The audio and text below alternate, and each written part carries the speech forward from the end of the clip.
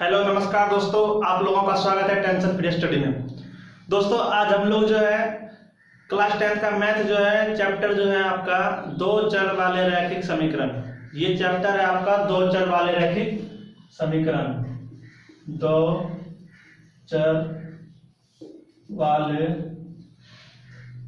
रैखिक समीकरण, ये चैप्टर में आपका एक्सरसाइज जो लेकर आए हैं वो है आपका 3.6।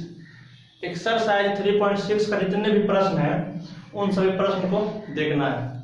एक्सरसाइज 3.6 में जो प्रश्न है वो जो है हमें भिन्न के रूप में दिया हुआ है, उसे एक रैखिक समीकरण बनाना है। उसके बाद हम लोग जो पढ़े हैं विलोपन विधि, प्रतिस्थापन विधि, ग्राफीय विधि या वज्र गुणन विधि, इन सभी विधि में से आपको जो विधि आसान लगता हो, आपको बनाने में सहूलियत हो, आप उस विधि का प्रयोग करके आराम से बना दीजिए। तो पहले जो हम लोगों का महत्वपूर्ण हो जाएगा कि पहले हम लोग रैखिक समीकरण में इसको कैसे बदलेंगे। तो आपका फर्स्ट जो क्वेश्चन आ जाता है देख लीजिए, आपका है 3.6 का 1/2x 1/2x प्लस 1/3 = 2। ये आपका फर्स्ट समीकरण। और सेकंड दिया हुआ है 1/3x plus 1/2y 1/2x plus 1/3y और 1/3x प्लस 1/2y बराबर 13/6। ये आपका सेकंड समीकरण दिया हुआ है। इस समीकरण को जो है पहले हम लोग एक रैखिक समीकरण बनाएंगे। रैखिक समीकरण कैसे बनाएंगे, मतलब ये जो है अभी जो है ये जो समीकरण है इसका घात अभी यहाँ पे एक है तो ऊपर जाने के बाद नेगेटिव हो जाता है। इसको हम पहले मतलब ऐसा समीकरण बनाएंगे जिसका घात जो है पावर ऊपर में जो है पॉजिटिव होना चाहिए और ऋणात्मक पूर्णांक होना चाहिए। तो हम इसको कैसे बनाएंगे रैखिक समीकरण, आप लोग ध्यान से देखिए। एक एक स्टेप को आप लोग जो है फॉलो कीजिए, आप लोग प्रत्येक प्रश्न को जो है आसानी से हल कर पाएंगे।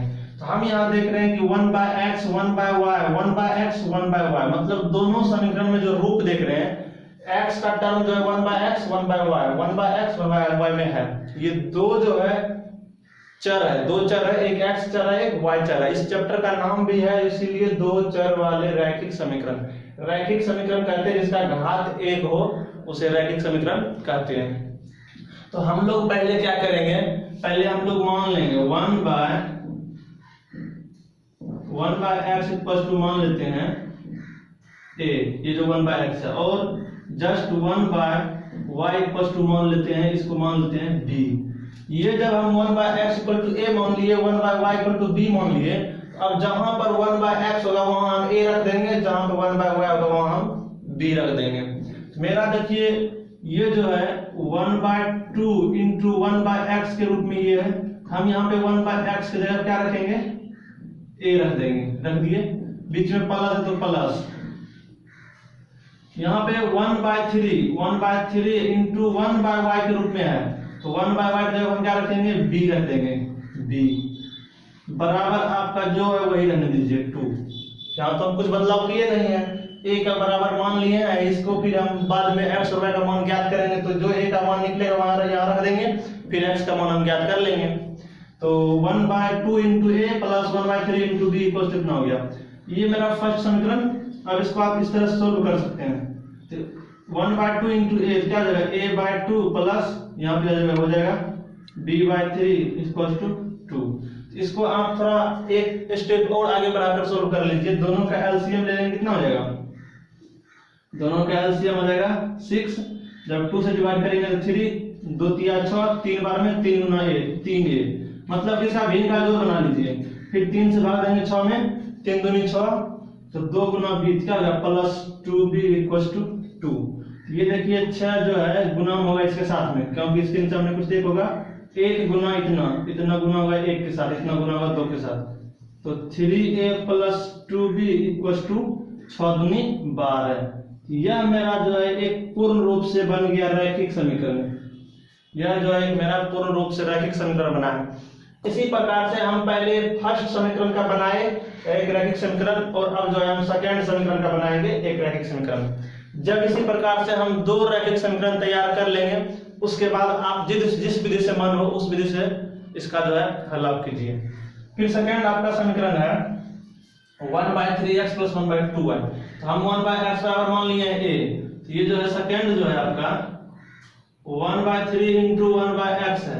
यहाँ 1/x की जगह क्या रखेंगे, 1/x की जगह रखेंगे a, फिर प्लस 1/2 × 1/y है, 1/2 × 1/y = 13/6। ये जो 1/y है यहाँ पर क्या रखेंगे, 1/y बराबर माने है b। अब जो है फिर गुना कर दीजिए a/3 जोड़ b/2 = 13/6। फिर यहाँ पे भिन्न का जोड़ बना दीजिए आप, लघुत्तम 3 दूना 6, 3 से भाग दीजिए 2 बार में, मतलब ये 2 यहाँ गुना करेगा 2a प्लस ये 3 यहाँ गुना करेगा 3b = 13/6। यहाँ पर क्रॉस मल्टीप्लाई कीजिएगा, क्या होगा, मान लीजिए हम इसको यहीं रख देते हैं 6 को, या 6 से देखिए नीचे से कट भी जाता है, बराबर के आर पार जो है नीचे में है तो कट गया, तो आपका क्या बच गया 2a + 3b = 13। ये आपका समीकरण सेकेंड हो गया। अब जो है आप जब दो रैखिक समीकरण तैयार कर लिए आप इस समीकरण से, तो अब आपको जो है इसको सॉल्व करना है कोई विधि से। देखिए कैसे सॉल्व करते हैं। ये फर्स्ट समीकरण को यहाँ ला कर रखते हैं, 3a + 2b = 2, ये समीकरण आपका फर्स्ट है। अब जो है इस समीकरण को हम लोग मान लीजिए कि आसान होता है विलोपन विधि से बनाना होता है, हम इसे विलोपन विधि से सॉल्व करते हैं। तो विलोपन विधि में जो होता है कि आपको कोई एक पद को बराबर करके विलुप्त करना होता है, या तो घटाकर या तो जोड़कर। यहाँ पर मेरा एक टर्म 2a है, एक 3a है। यदि हम इस 3 से इस समीकरण पूरे में गुना कर दें और इस 2 से इस पूरे समीकरण में गुना कर दें, मतलब जो कुछ भी गुना करते हैं तो पूरा समीकरण में गुना होता है। तो अब जो है यहाँ 3 से गुना कीजिए तो क्या हो जाएगा, 3 दूना 6a प्लस 3 × 9b = 3 × 3 = 39। ये फर्स्ट हो गया। सेकंड 2 से गुना 2 × 6a, फिर प्लस 2 दूना 4b, फिर 2 × 2 कितना हो जाएगा 4। ये आपका जो है इस प्रकार, ये सॉरी यहाँ कितना है 12 है, ये 12 दूनी कितना आ जाएगा 12 दूनी 24। यहाँ पर जो है 12 था, 2 मिस्टेक से लिखा गया था, यहाँ 2 से गुना किए 12 दूना 24। अब ये मेरा एक समीकरण जो है एक पद विलुप्त होने के लिए तैयार हो गया। अब हम यहाँ जो क्या करेंगे, घटाने पर, यहाँ हम लिख सकते हैं घटाने पर। तो घटाने पर यहाँ पे इसका प्लस में साइन है माइनस की, यहाँ प्लस यहाँ माइनस, यहाँ प्लस यहाँ माइनस, ई भाग बराबर है प्लस माइनस में कैंसिल हो गया। अब जो है देखिए 9b में से 4b गया, कितना बचेगा 5b। 9b प्लस में है, बड़ा भी है, और 4b माइनस में है, इसीलिए 5b बचा। अब 39 में से 24 जाएगा, कितना बचेगा 15 बच जाएगा आपका। अब देखिए यहाँ से आप b का मान निकाल सकते हैं। ये देखिए b जो है 5 के साथ गुना में है, तो हम b बराबर तब क्या लिखेंगे 15/5, कट गया, कितना निकला 3। यहाँ पर हम b का मान निकाल लिए 3। अब यही b का मान जो 3 है, b बराबर 3, आप जो है समीकरण 1 में रखिए या तो 2 में रखिए, जिसमें रखना है रख दीजिए।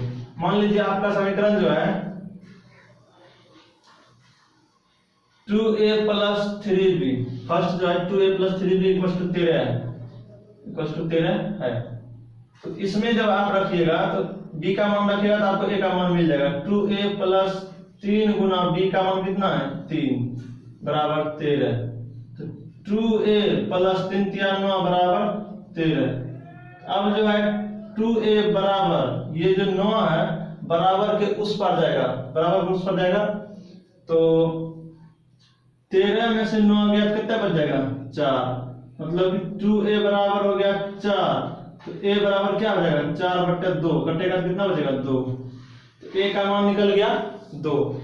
इस प्रकार से a का मान निकल गया 2 और b का मान निकल गया 3। अब आपको ध्यान देना है कि यहाँ पे a बराबर क्या है और b बराबर क्या है। आप जस्ट वही काम कीजिए, 1/x बराबर a का मान जो निकला वही रख दीजिए। a का मान निकला है 2, रख दिए। अब क्रॉस मल्टीप्लाई कीजिए तो 1 × 1 बराबर 2 × x 2x।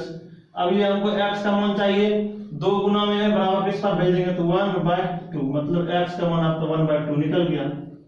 उसी प्रकार से आपको निकलना है, आपको मान लीजिए निकालना है y का मान, तो 1/y बराबर क्या है 1 बाय वाई बराबर देखिए हम माने हैं बी, माने हैं इसको यहाँ बी का मान डाल दीजिए 1 बाय वाई